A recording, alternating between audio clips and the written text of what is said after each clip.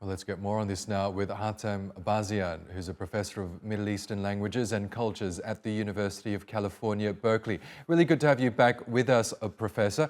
Throughout this conflict, we've heard from the likes of the US President Joe Biden and certainly leaders in the Arab world and elsewhere that a two-state solution really is the only solution to solving the Arab-Israeli conflict. Do you agree? And how far are we, do you think, in terms of achieving such a solution? Well, thank you for having me again. The discussion about the two-state solution is always introduced on the background of continued conflict whenever attacks on Gaza or the West Bank. But for all intensive purposes, the two-state solution is dead on arrival. The Israeli settlers have moved into the West Bank. There are approximately 750,000 settlers and continue to take more land in the West Bank. And the Palestinian Authority is almost powerless to do much of anything. The discussion about Gaza has to be understood in the following.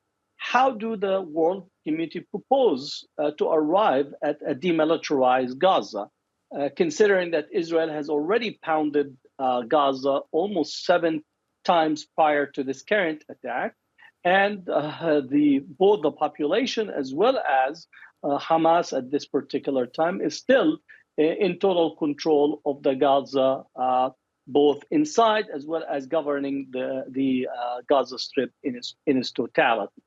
I do think much of the world community is trying to find a way out to this current cycle, but all the proposals, I think, are all unrealistic and lack any structural ways to arrive at the hope for or the imagined two-state solution. In reality, we have one state. It's an Israeli state that controls much of historical Palestine, with possible exception is the Gaza Strip that is still right now subject to Hamas, which is outside of the direct control of Israel. Yes, as you say, there is also this view that the two-state solution is essentially dead in the water for all of the reasons that you've just spoken about. Why is it then that countries like the United States have stuck to reasserting the line that their foreign policy in the region is based on this concept of a two-state solution, when essentially what successive US administrations have done is allow Israel to continue to move further away from that vision?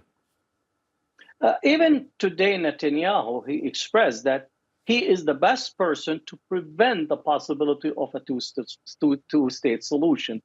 The United States, as well as I would say Western Europe, uses this fig leaf, this double talk of the peace process, both to placate the Arab and Muslim world, and also simultaneously to use it for domestic consumption in the United States to give the impression that there is actually something called the peace process.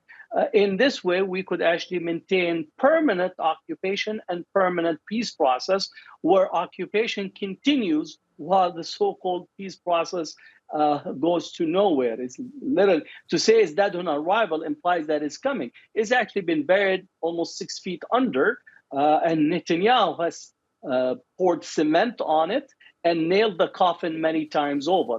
But the United States still needs this impression that there is something called the two-state peace process, that we're arriving at something resembling peace while pushing for normalization with the Arab world, unabated, unstopped, and the Palestinians being put on the back burner.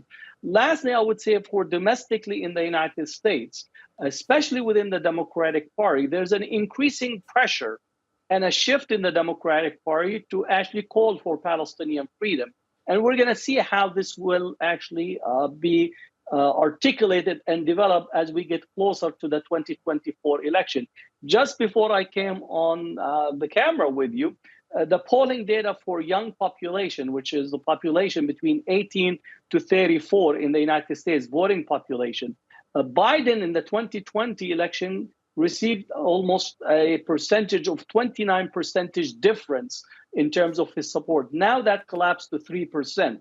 So increasingly, the young population, in particular in the United States, are asserting a different type of political dynamics where Palestinian freedom and an end to U.S. aid to Israel and calling Israel an apartheid state and possibly also going for war crimes charges, it is something that is on the table, and we're seeing it being played out in different cities across the country with different resolutions that articulating this position that is driven by the young voting population as we speak. Okay, Professor Hatem Bazian, we'll have to leave it there. Thanks as always for sharing your analysis with us.